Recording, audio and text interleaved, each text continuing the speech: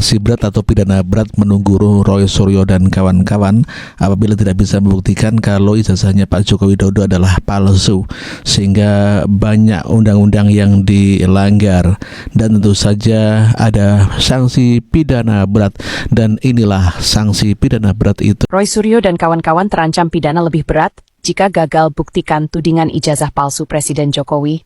Kasus dugaan ijazah palsu Presiden Joko Widodo terus bergulir.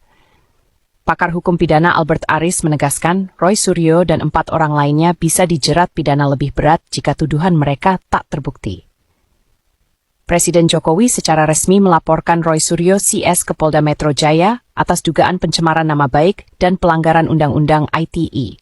Laporan ini mencantumkan pasal 310 dan 311 KUHP, serta pasal 27A, 32 dan 35 Undang-Undang ITE. Menurut kuasa hukum Jokowi, Yakub Hasibuan, kliennya telah menunjukkan ijazah asli dari jenjang SD hingga perguruan tinggi sebagai bukti otentik dalam pemeriksaan. Albert Aris juga menyebut, sebagai pelapor, pihak Jokowi sudah menunjukkan itikat baik dan siap mengikuti proses hukum. Sebaliknya, jika Roy Suryo dan kawan-kawan tidak dapat membuktikan tuduhannya secara hukum, maka bisa dikenai sanksi lebih berat. Kasus ini masih dalam tahap penyelidikan oleh penyidik Polda Metro Jaya. Masyarakat pun diminta mengikuti proses hukum ini dengan kepala dingin dan tidak terprovokasi oleh informasi yang belum jelas kebenarannya. Pakar hukum pidana Albert Aris menilai Roy Suryo dan kawan-kawan berpotensi mendapatkan sanksi pidana lebih berat jika tak bisa membuktikan soal tuduhan ijazah palsu Joko Widodo. Hal ini terkait Presiden ke-7 RI Jokowi yang telah melaporkan mantan Menpora Roy Suryo dan 4 orang lainnya terkait tudingan ijazah palsu ke Polda Metro Jaya beberapa waktu lalu. Kubu Jokowi menuduh sejumlah pasal terhadap Roy Suryo dan kawan, diantaranya 3110 dan 311 KUHP tentang pencemaran nama baik dan beberapa pasal di Undang-Undang ITE, antara lain 27A, pasal 32 dan pasal 35. Albert mengatakan siapapun yang merasa kehormatan atau nama baiknya tercemar karena ada sesuatu hal yang dituduhkan kepadanya untuk diketahui umum, maka berhak untuk mengadukan kepada pihak yang berwajib. Sementara itu, Albert juga menyebut pihak Jokowi seharusnya tidak keberatan untuk menyerahkan ijazah aslinya kepada aparat penegak hukum, sebab hal itu menjadi alat bukti otentik untuk menguatkan pembuktian bahwa ijazah Presiden RI ke-7 itu sah. Sebelumnya Jokowi datang ke Polda Metro Jaya bersama 4 kuasa hukumnya untuk membuat laporan pada Rabu 30 April. Adapun terlapornya masih dalam penyelidikan. Hanya saja kubu Jokowi menyatakan ada 5 orang yang diduga terlibat dalam kasus ini, yakni RS, RS, ES, T, dan K. Laporan tersebut menyertakan pasal 3110 dan 311 KUHP tentang pencemaran nama baik serta pasal 27A, pasal 32, pasal 35 Undang-Undang ITE. Kuasa hukum Jokowi Yakub Hasibuan kepada awak media di Polda Metro Jaya pada Rabu 30 April mengatakan, dalam pemeriksaan awal Jokowi ternyata membawa ijazah pendidikan formalnya mulai dari SD dan diperlihatkan ke polisi. Yakub menjelaskan dalam hal ini kliennya tersebut ditanya terkait apa yang dilaporkan termasuk soal sejarah ijazah tersebut. Lebih lanjut, Yakub mengatakan pihaknya menyerahkan sepenuhnya terkait laporan yang dibuat ke penyidik Polda Metro Jaya untuk segera diselidiki. Ya, ini kan bukan objek penelitian. Kan sudah menghina saya sehina-hinanya. Sudah menuduh.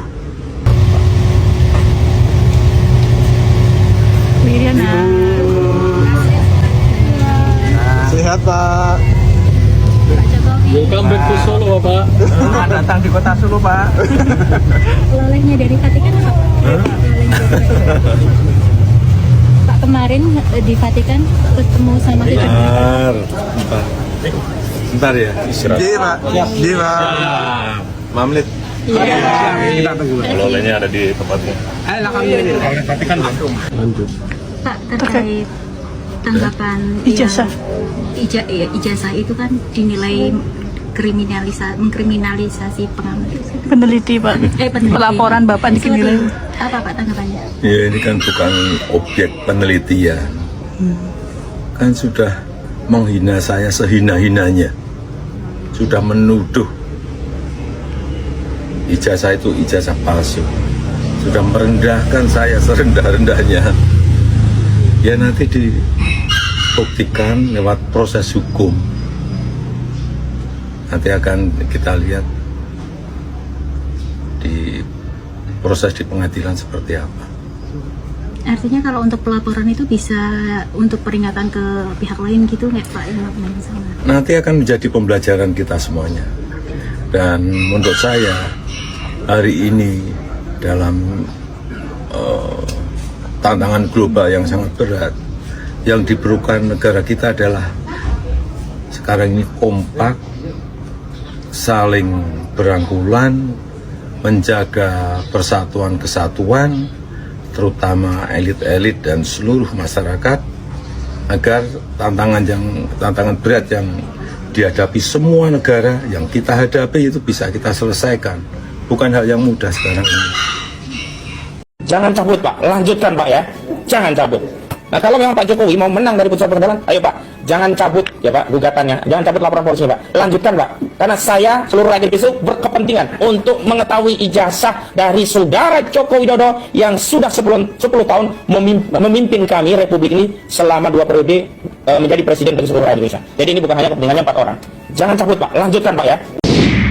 Ya, kalaupun nanti ada ijazah yang kemudian dalam tanda kutip itu bisa dibuktikan, ya dan ternyata ijazah itu mungkin dibuat dengan sangat rapi, kita sangat mempertanyakan kenapa bisa UGM mengeluarkan ijazah dengan skripsi yang abal-abal semacam itu. Jadi skripsinya saya katakan abal-abal, ya. Saya Dr. Rismond sudah memeriksa sendiri, bahkan sudah kita lakukan uji fisik dan uji forensik terhadap skripsinya, gitu. Dan jelas sekali bahwa skripsinya itu banyak sekali kesalahan, banyak sekali keganjilan, termasuk tidak ada lembar pengasahan, nama dosen pembimbing yang salah, ya. Kemudian ada ketikan Times New Roman, bahkan berbagai hal lain. Tanggapannya Prof. Hamid, nggak cuma soal ijazah, skripsi juga dibilang abal-abal. Dia kaitkan bahwa kalau skripsi kamu abal-abal, meskipun menurut saya itu dua hal yang berbeda ya, otomatis berarti ijazahnya palsu. Itu cara berpikir dia. Kalau saya berbeda, skripsi itu satu hal, ijazah itu hal lain.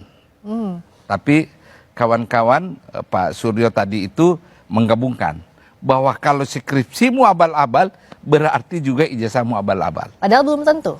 Menurut atau pasti? saya belum tentu. Kenapa bisa? Bisa saja. Jelaskan.